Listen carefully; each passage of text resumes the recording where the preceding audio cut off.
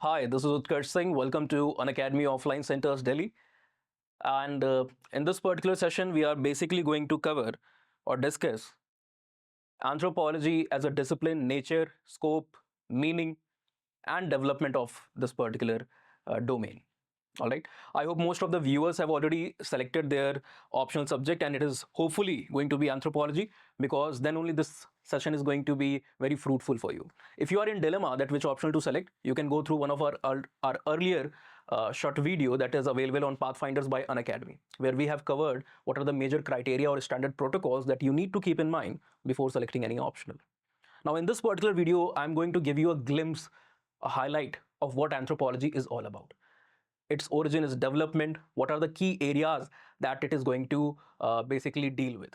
Because before going with any optional subject in the UPSC, if you are a total beginner or if you have prepared to a little extent, but you are not very comfortable with the optional, you need to keep this thing in mind that optional is not only about statistics around the subject.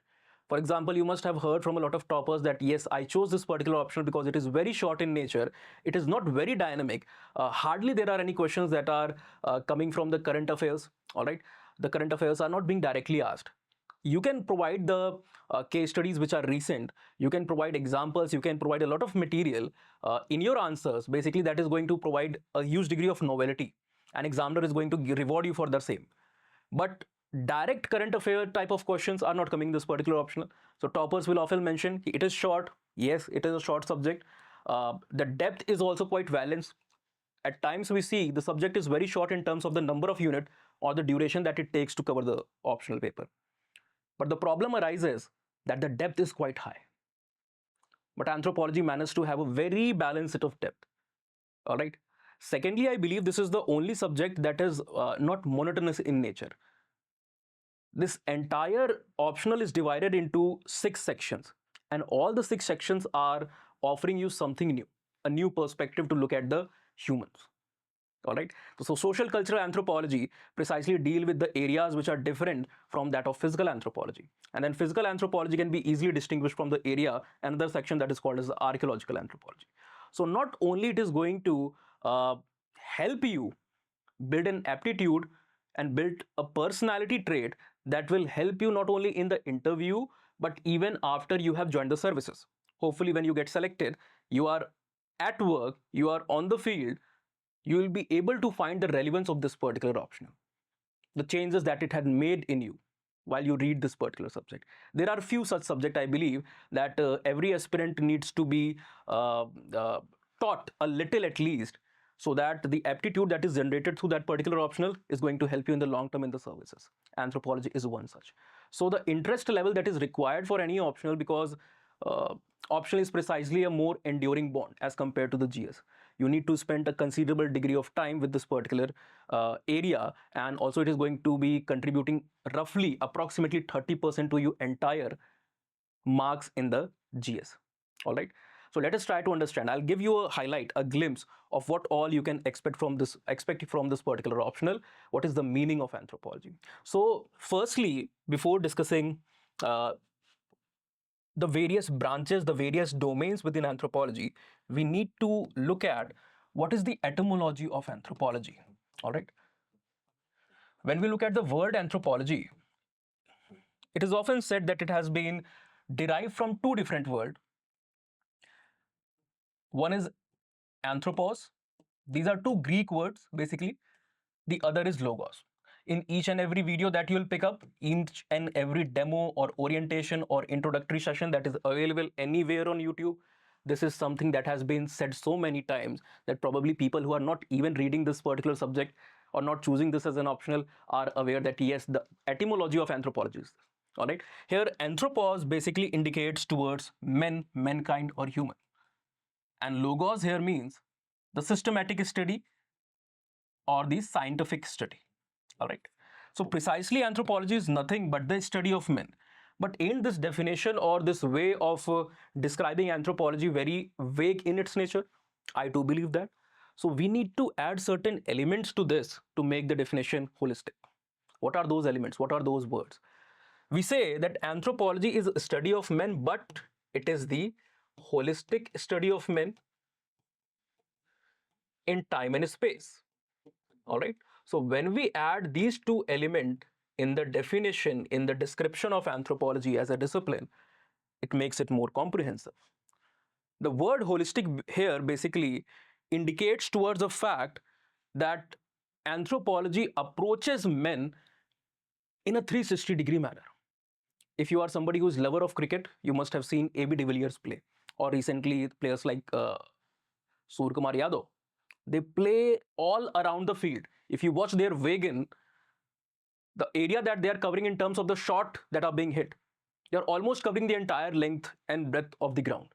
So anthropology is also such a subject. It gives you immense amount of depth while understanding human. While understanding human. So anthropologists believe that humans cannot be looked from a singularity or a singular point of view, because all the other subjects are basically doing the same. If you see, if you put humans in the center, if I keep humans in the center and I start taking the name of various subjects, each and every subject or discipline is precisely highlighting a single aspect of human's existence. If I say that human has a society, the society part will be studied by subjects like sociology. Sociology is interested into these aspects. If I say human are here in the present, but they also have a vivid past. There were past communities and past societies. History will step in and they will claim that, okay, past is our forte. I'm here to study the past of humans and the human societies. All right. If we say that every type of human society has certain subsistence strategy to basically survive, economics will come and basically take charge of this particular area. That yes, I'm going to focus upon the economic organization and all the activities pertaining to subsistence, survival, uh, trade, barter, etc. This is my forte. I'm going to look after this. And like this, if we start taking name of each and every dimension that the human beings can be studied through, political science, all right, let us say psychological aspect, the medicine, the medical sciences, every other subject or discipline is precisely looking after humans from a singular point of view, from a very unifocal point of view. But anthropology claims that these single aspect and these singularity related dimension cannot provide understanding of human and human existence in a complete way, in a comprehensive way. So whenever we are to understand and study humans, we have to follow a holistic approach. The holistic approach basically indicates towards the phenomena of holism, towards the phenomena of holism that claims whole is always greater than sum of its part. Whole is always greater than sum of its part. Now, this proposition can be traced back to scholars like Aristotle. All right. So it believes that whole has certain property which is very specific and individualistic, which cannot be found in the constituents or the parts of the whole. All right. So if we are to understand human, we need to understand human from a holistic perspective. All right. We need to focus upon humans in whole, not in parts. And there steps a gentleman who is also referred often as the father of modern anthropology, but there are other peoples to claim for that title. But he's definitely the father of American anthropology, Franz Boas, a very renowned, a classical anthropologist and one of the four founders. He says that if you want to understand humans holistically, we need to develop an approach which emphasizes upon the four dimensions or the four field. So he has given what is called as the four field approach of anthropology, which will point out the areas that needs to be studied. He says that humans has to be studied from the socio-cultural perspective. We live in a society, we have social attributes, and we do have cultural elements that are operating within that society. Secondly, every human society has a past. So let's focus upon the archaeological aspect of human existence, the past of the human existence. Thirdly, human has a physical and a biological dimension too. We all have evolved to this particular stage. All right. We all are clubbed under the order Primata. All right. When you study the human taxonomy, or basically, I believe in class 8 or standard 9, you must have basically studied the five kingdom classification, the three kingdom classification given by scholars like Robert H. Whitaker, given by scholars like uh, Linnaeus. All right. So in these classification by Ernst Haeckel, by Whitaker, and other people, we have a lot of taxonomic categories or taxonomical units, and we basically say that we all are vertebrates. We all are vertebrates. Within vertebrata, we are clubbed under the class Mammalia. There are other classes as well. All right. There are other classes as well. We are clubbed under the class Mammalia. And in that class Mammalia, there are other subunits or other taxonomic categories, which are called as orders. So there are orders like Edentata, there are orders like Cetacea, Sirenia, Ungulata, Proboscoidea, Carnivora, all right, Insectivora, Chiroptera, in which bats are included. And then there is our order, in which human beings, along with other near related individuals, or not individuals, animals, organisms, are clubbed in. So that order is order Primata, where we are clubbed with our close relatives like apes, great apes and lesser apes, chimpanzees, orangutan, gibbons, siamang, bonobos, all right, gorillas, and the monkeys of Old World, New World, along with lemur, tarsiers, and loris, etc. All right. So we do have a biological aspect also. Under class Mammalia, there are various order, and we need to look precisely how humans, who are genetically similar with a lot of other members within order Primata, differ from them in both biological and cultural setup. Here I'll talk about how we differ in the biological context. If you see and analyze the DNA of a chimpanzee, which is very close to us, which is very near relative of human beings, all right, they are clubbed with us under the superfamily Hominoidea, under the superfamily Hominoidea, and they have over 98% of genetic similarity with the humans, with the present day humans. But if you see the way the chimpanzees are walking, it is not identical to us. If you see their vertebral column, it is not identical to us. If you see the anatomy of their head, it is not identical to us. They are having an average cranial capacity of around 400 cubic centimeters. We are having a cranial capacity of more than 3 times that the chimpanzees are having. So their cranial capacity is around 400 to 500 cubic centimeter, and we are standing here with a cranial capacity of around 1400 cubic centimeter, and that is the average cranial capacity of modern day humans. All right. There are cross-cultural differences, and the differences at the level, at the sex level also. So between these, we have a lot of ancestors, human ancestors, who were placed like Homo habilis, having an average cranial capacity of around 600 cubic centimeter, Homo erectus having an average cranial capacity classically believed to be around 900 centimeter. Now it has been revised, and it is believed that the average cranial capacity of Homo erectus was beyond 1000 cubic centimeters. All right. So we all have evolved through various stages. And in the past, there were a lot of ancestors which were placed, and they were significantly different or in ways similar to the modern day humans. So we try to understand what were those differences, what were the similarity, where did they vanish? Like we know the nearest cousin that we had, a sibling of ours called Neanderthals. Neanderthals are basically designated as the hominids in the Paleocene, hominids in the upper Paleolithic time period, all right, in the Pleistocene epoch. So how Neanderthal vanished? We are known to have interbred with each other. Both the species have intermingled, they have interacted, they have interbred, also along with the Denisovans, another species. But how did they vanish? They appeared around somewhere around 3 lakh years ago, and they were present along with us till at least 30,000 years ago during the upper Paleolithic time period. But later they vanished. There are various theories. There are epidemiological explanation. There are explanation based on violence, conflict. All right. But how did they basically disappear? We need to know that. You know? How is the process of natural selection operating? How are we evolving? Is the process of evolution operating in the present also? Are we evolving in the present also or not? If yes, then how? So we basically try to interpret all these aspects under the domain of what is called as physical anthropology. So there are various areas like primatology, study the primates. The other primates, if you see their locomotory pattern is quite different from ours. All right.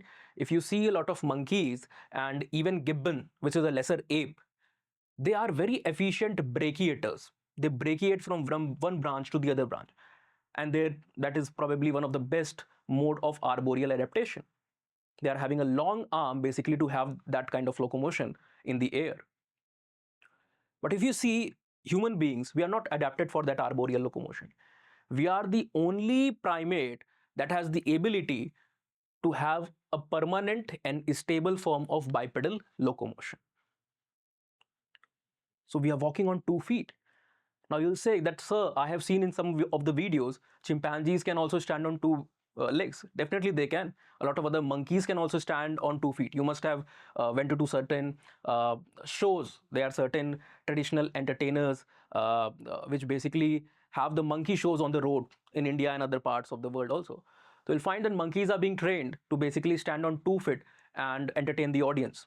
Chimpanzees are also seen to basically adopt to a erect posture, a partially erect posture, and walk on two legs for a shorter distance when they are carrying a large amount of food for the purpose of provisioning.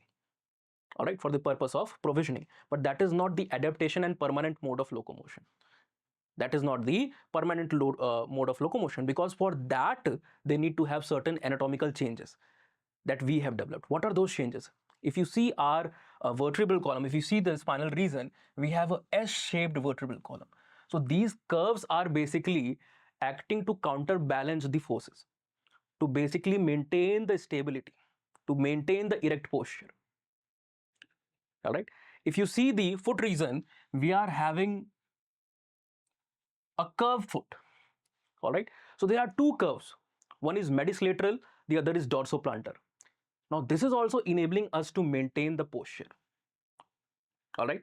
So that we can efficiently walk on two legs without falling here and there. Even there are a lot of muscles and muscle attachment site like gastrocnemius, like gluteus, medius, minimus, maximus, sartorius, that is enabling us to be and walk like we do. So we need to study all these changes. A lot of number of times people think, a lot of students who are not from science background, they have this fallacy, they have this false conception that this is quite scientific to study, and we are going to be at loss if you are not having a biological background. But trust you me, if you are taking this particular optional, you'll be shown certain imaginaries, certain diagrams on the board during the classes, and after that these all will be just terms, random terms. Such terms you often come across even in your preparation of the GS1 paper. In the history portion, if you see, there are terms like shrenis, you know, terms like gravity. So all these terms are also puzzling for you. They are not common terms that you basically hear, that is specific to that time period. So here also these are just the terminologies, and you won't find any difficulty when you will be shown images what these things actually mean. For example, there is a term in anthropology, in physical anthropology, we say that in course of human evolution, we basically have uh, seen that the foramen magnum has shifted anteriorly. Now, what does this term mean? Foramen magnum, it seems to be quite scientific in nature. No, it is not. Foramen basically denotes an area of cavity or a gap or a hole, simply a hole, a gap, or a cavity. Magnum basically indicates mega, big, large. So a large hole. So a large hole through which the spinal cord passes on the top of our head.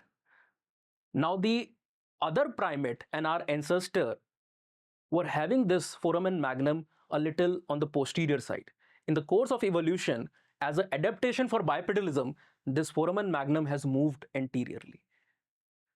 So I think there is no issue in learning this subject whether you belong to a science background or whether you are not belong to this particular background. So this is the third area Franz Boas basically said, that we need to look human from the physical perspective also. Physical perspective also. All right. Lastly, we need to see upon the language also. Why? Because if we are trying to understand human society and culture, we need to understand human language also. How we acquired languages, what makes us the only species or the only animals to basically speak, communicate through speech. Why? Because language is considered as a vehicle of culture. Language is considered a vehicle of culture. If there is no language, probably the transmission of culture will become very problematic. All right. So in socio-cultural anthropology, you will come across one of the four founders of anthropology, just like Franz Boas, of the same repute, much younger than him, much older than him. So there is a scholar, a British anthropologist called E.B. Tylor. He was born around 1832 on the eve of Gandhi Jayanti. But the thing is that Gandhiji was not born at that time of period. So the date is same, it is 2nd of October, but the birth of E.B. Tylor was far before that of Mahatma Gandhi. All right. So E.B. Tylor basically highlighted in his work a very comprehensive and a scientific definition of culture. In his legendary work titled Primitive Culture, which was published in the year 1871, Tylor says, and I quote, that culture is a complex whole which include knowledge, belief, art, custom, law, morals, and any other capabilities and habits acquired by men as a member of society. What makes this definition quite unique? There are many elements that we will discuss while we are reading this particular definition, but here what I would like to highlight is the notion that culture is acquired by human, acquired by men as a member of society. So he's indicating that culture is quite specific to the human, and there is huge set of debate that is culture unique to us human, or is it present among non-human primates also. Because until lately, if you see till the 19th century or the earlier 20th century or the mid 20th century, it was believed that we are the only species that has this ability to grow, to be part of a complex culture. So culture is unique to humans. All right. No other species on earth has what is called as culture. But later this notion was questioned by certain eminent primatologists like Dian Fossey, like Jane Goodall, like Carpenter. And they, during their researches on primatology, highlighted that certain non-human primates like orangutan and chimpanzees also have the ability to basically showcase certain cultural specificness or peculiarities. So Jane Goodall basically works among the chimpanzees, and she's the world's most renowned authority when chimpanzees are concerned. And Jane Goodall noted that it is often seen in natural setup that chimpanzees are using certain stick to fish termite and ants. So in the hole of the ant where the ants and the termites are living, termites will they will have a selection process. They won't randomly pick any stick. They'll firstly select a very thin and a linear stick, and they will lick it once. Often they will lick it once, and they will place that stick within the hole where the termites are basically living. Now, when they will take out this stick, the termites will also come up with the stick. So that is how they are fishing the termites. So this is a cultural activity because it has a peculiar mode of operation. Among the orangutans, it has been seen that they are using certain branches or sticks basically to hunt the fish. To hunt the fish. Recently, one of the orangutan, Sumatran orangutan, I think this study is hardly 1 year old. It was, I think, published in 2024 only in one of the leading journals, where it was seen that one of the orangutan who got injured during some of the fight with some other orangutan, probably. I cannot remember the exact context of that, and that is not important for us also. So that orangutan had an injury near the eye. Now he was trying to basically heal that particular wound. All right.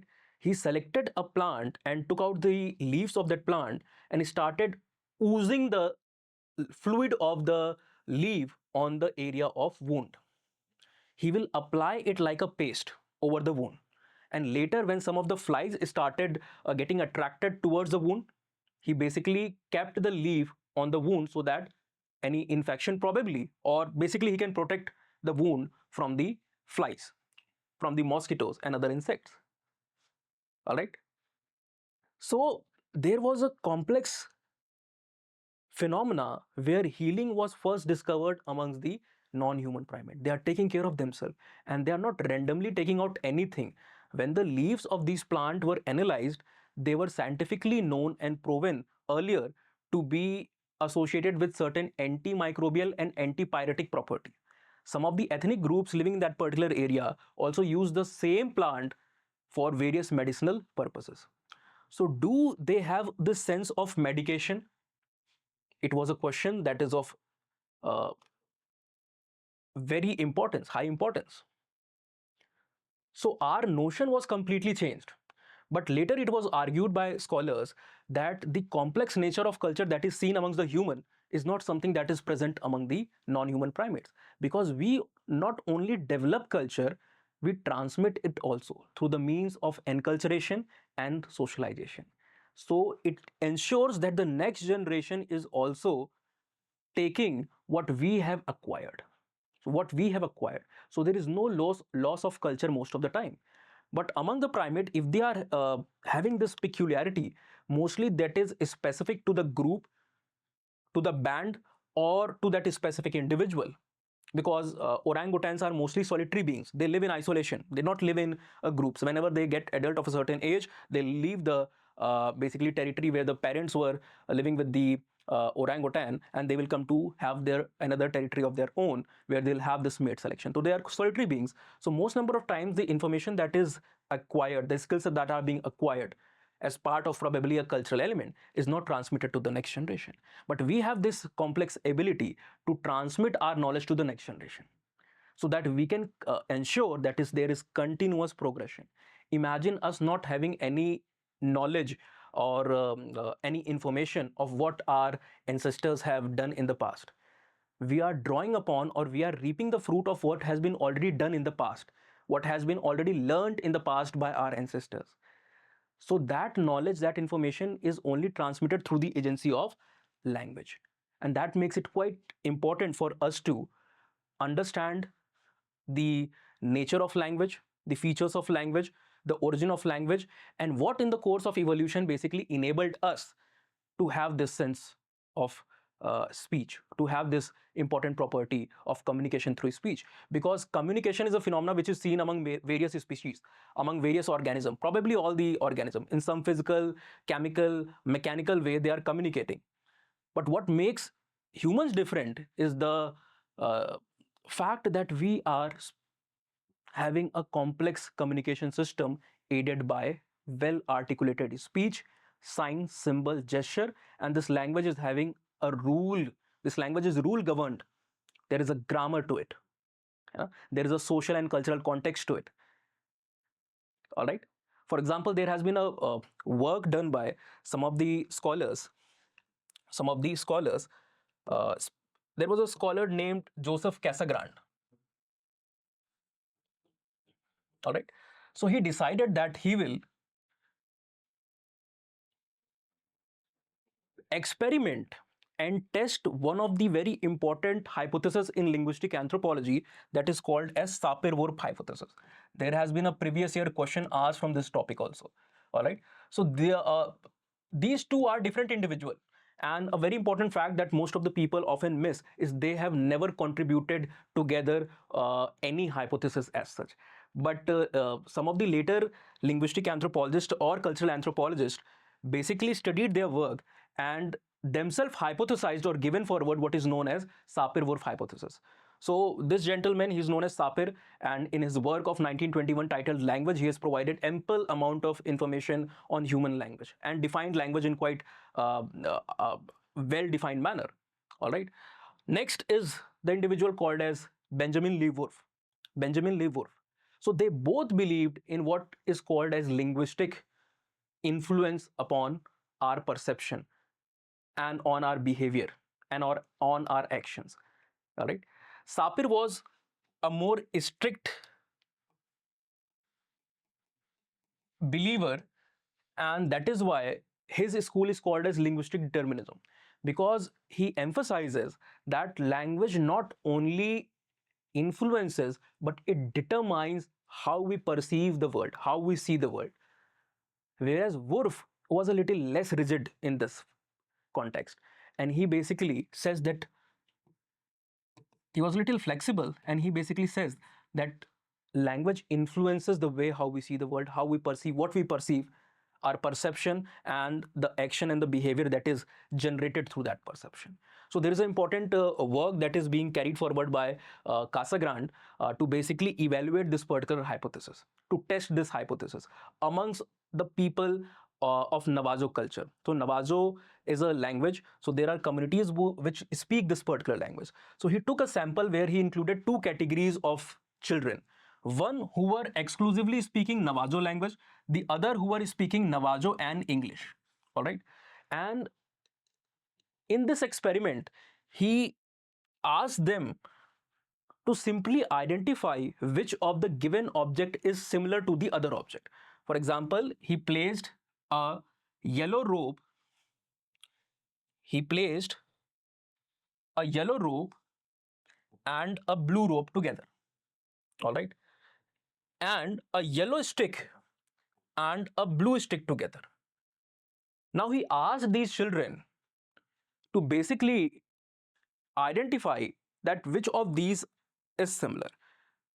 Since the background of the sample was almost identical, the only difference that was very much evident was in terms of the language that they were speaking. Since one of the group was knowing English along with the traditional Navajo language, the other was not knowing English as a language. So he wanted to check their perception and their worldview. In the result of this particular study, he got very much shocked that actually this hypothesis by Edward, Sapir and Whorf was accurate. Language actually influences our perception. Why? Because one set of the student identified this rope identical with this particular stick. Let us take another color. This rope identical with this stick. The other set of the student basically highlighted that uh, these two things are more similar to each other.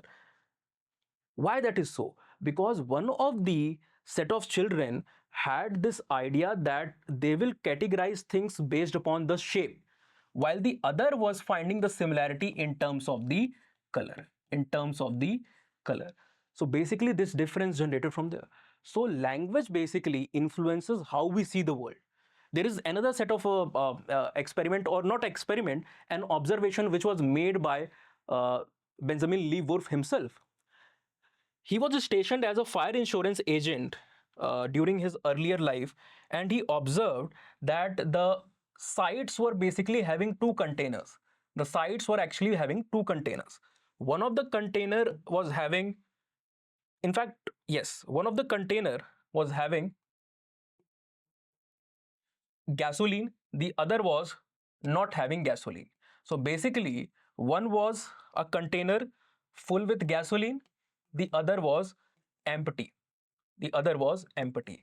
Whenever there was any mock drill or any accident in which people were basically warned that fire has occurred at the site, when the people knew that the site is containing a container which is full with the gasoline, they used to be afraid. Used to be afraid. They sensed danger, and they basically started running from there. They basically started running from there. On the other hand, when they had this knowledge that the container at the site was empty, there was no gasoline, so they weren't afraid. They weren't afraid. There was no danger according to him, and they were calm and relaxed. They were calm and relaxed. This basically highlighted that the linguistic categories basically shapes our perception.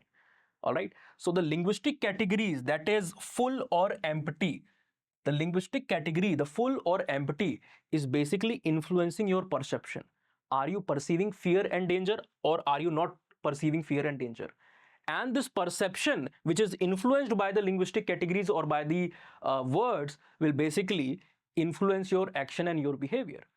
You'll start running, that is the action. So language basically influencing the perception, and human action basically being influenced by the perception. So that is why the study of language becomes quite important, because language is not only the vehicle of culture according to Sapir and Wurf. It is much more than that. It it influences our perception, it influences our worldview. All right. So that is why, according to Franz Boas, the study of human from these 4 point of view, these four sub areas or the sub branches, is quite important. The second word that we basically wrote here is the concept of time and space. Most of the subject that we have discussed earlier, I think here in this chart, are having a unifocal view. And they are not only just limited to the unifocal view, they are studying their subject in a limited time period and in a limited space. For example, sociology is also termed as sibling of anthropology by an anthropologist named A.L. Kroeber, who is again a student of Franz Boas. So he says that sociology is sibling of anthropology, because the subject matter of sociology and anthropology, specifically sociology and social anthropology, is pretty similar. Sociology also discusses about society, social association, social group, social institution, social stratification, inequality, status, role, individual, institutions like marriage, kinship, family, religion. And anthropology is also precisely dealing with the same thing. All right. So what makes us different? The focus of sociology is only on the social dimension and the society part. It has nothing to do with humans past or the past society that were in existence. It has nothing to do with the fact that which type of economic organization used to operate during the time period of Indus Valley civilization, or what were the subsistence strategies during the Paleolithic period or during the Neolithic period or during the Metal Ages. So firstly, it is a unifocal point of view. Secondly, even the society that is being studied in sociology is only and mostly the contemporary and the modern society. They are not very focused upon the primitive side of the world. They are not focusing upon the tribal and the simple societies in the isolated parts of the world. For example, we are not only studying in anthropology the marriages or the religion or the religious forms amongst the modern and contemporary, the urban, the post-industrial societies.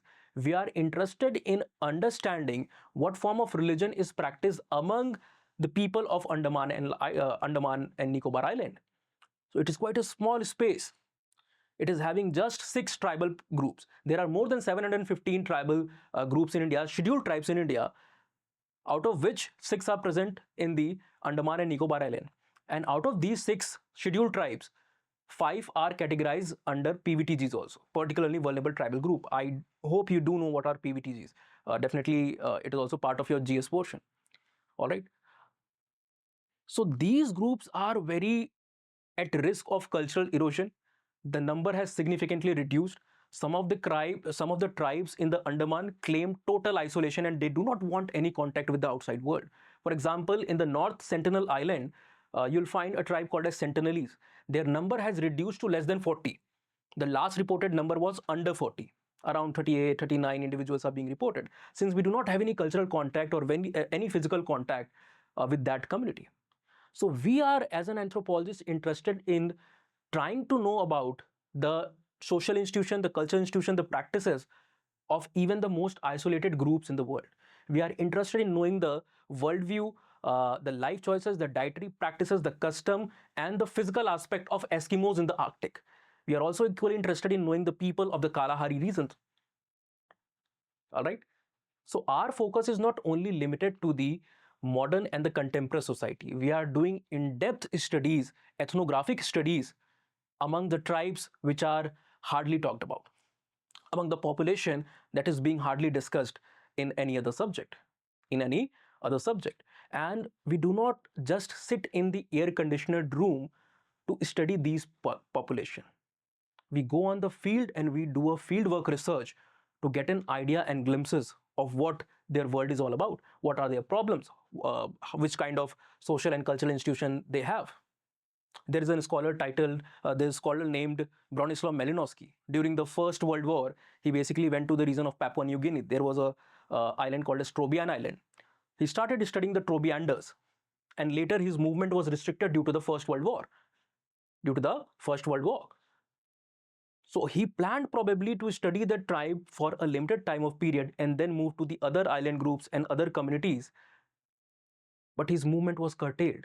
This not only enabled him to have a more in-depth inquiry in a single tribe, but also increased the time period of his study, which became a game changer for anthropological fieldwork, to such an extent that anthropological inquiries are termed as, or anthropological fieldworks are termed as, pre-Malinowski and post-Malinowski. He highlighted the importance of learning the native language for the purpose of researches, because if you are opting for any translator during your research, a lot amount of information is already getting lost in the process of translation. And the data that you are collecting is probably not as accurate as it should be. All right. Apart from that, he maintained a detailed field diary. He used approaches like participant observation, cultural relativism, which were propagated and theorized by earlier scholar, but was not used in the field in the way Malinowski used it. So when you go stay with a tribe for such a long period of 3 years, 3.5 years, the amount of information and the appropriateness, the accuracy, the credibility of the information that is collected is very high as compared to any other study which basically other people and other subjects are doing while sitting in their AC rooms. All right. So that makes anthropology a comprehensive study. And while we are reading any subject, we are applying the knowledge of the other branches as well. For example, life sciences also pretty much focuses upon the evolution of human, but it will only focus upon the biological aspect. All right. It will focus that there are certain biological changes that has occurred. For example, the expansion or the increase in the cranial capacity. We started walking in an erect manner, and for that there were certain biological adjustment as mentioned by me earlier also. In the vertebral column, the foramen magnum came more anteriorly, started getting located more anteriorly. There were changes in the anatomy of the foot region. So these were all biological changes. But in anthropology, we also focus upon what were the cultural implication of these biological changes. For example, when you started walking on 2 feet, your hands became free. Your hands were now free. And this enabled us human to develop culture. We discovered fire. And we manufactured stone tools. These stone tools enabled us to hunt animals and have animal meat. And the discovery of fire enabled us to cook the meat, which was not earlier cooked. All right. So when we started cooking the meat and hunting efficiently, the strain or the pressure that was applied on our jaw significantly reduced. So this resulted in changes in the facial and the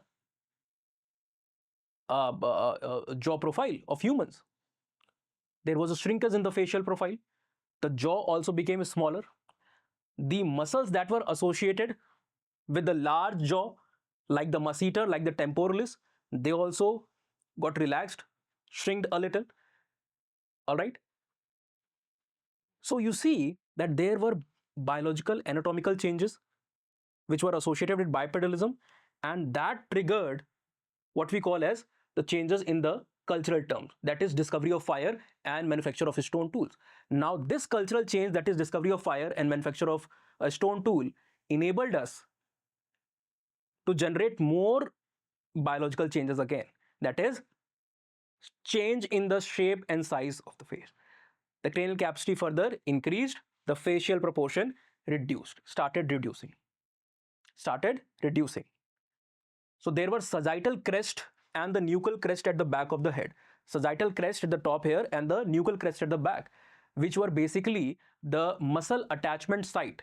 But now we do not need such complex musculature or such complex structure to support the enlarged jaw, because the jaw has significantly reduced in size and proportion. All right. So biological change will come in. Also, when the biological changes resulted in us becoming bipedal, there was definitely a change in the pelvic region also. So the birth canal got narrowed. The females are supposed to be part of the process of parturition. The parturition or the birth of the child is basically occurring to the females only. As a compensation for the erect posture, the birth canal was already reduced, and that is why the maturity at which the human child are born with is quite lesser as compared to many other primates. So the gestation period is long. It is roughly 9 months. But children are born in a much more premature condition. They cannot survive on their own as soon as they are born, and they do not learn to walk. They do not basically can take care or defend themselves in as little period as some of the other members from other classes and other orders could. All right. So why was this necessary? Because definitely, if the maturity level increases, the head form will also get mature, it will also augment, it will also increase, and then there will be complexity and the complications in the process of parturition, which was not desirable because already the birth canal was narrower. You cannot further risk it. All right. And when the child is being born in a much premature condition, it required more care from the mother's side or from the parent side. Specifically, mother who is associated with the childbirth, she was supposed to take care of the infant. So this developed another social component, that is the relation or the bond between the mother and the child. है ना? And now we say आज के समय में हम कहते हैं माँ तो माँ है, माँ जैसा कोई नहीं है. So why that happened? Due to the biological changes. This social and cultural dimension got influenced, and the women were supposedly staying at homes to take care of the infant, while male participated in the endeavors of hunting. All right, females were limited to the endeavors of gathering. This probably has also introduced the most earliest form of division of labor on the basis of sex, and also a root for the social inequality at the level of sex. So there is a lot to understand when we are reading anthropology, we are learning anthropology. Each and every part is so much interrelated with the other part that makes it quite interesting. All right. So I hope with this particular lecture, you must have gained immense amount of perspective that what anthropology is all about, what you can anticipate. In the coming videos, probably in the more future videos, we'll also try to cover other aspects of anthropology as a discipline. All right. And probably a syllabus discussion is also impending from our side, which will be soon uploaded on one of Unacademy's channel. So stay tuned and subscribe to the channel. Also, let me basically inform you once again that our batches for anthropology in the offline Karol Bagh centers is starting from 2nd of June. So there is hardly a week left. And if you want to join the batches, you can definitely register from the link given below this particular video. All right. Hope to see you all in the orientation session on the 2nd of June. Till then, keep smiling, keep learning. Have a nice day.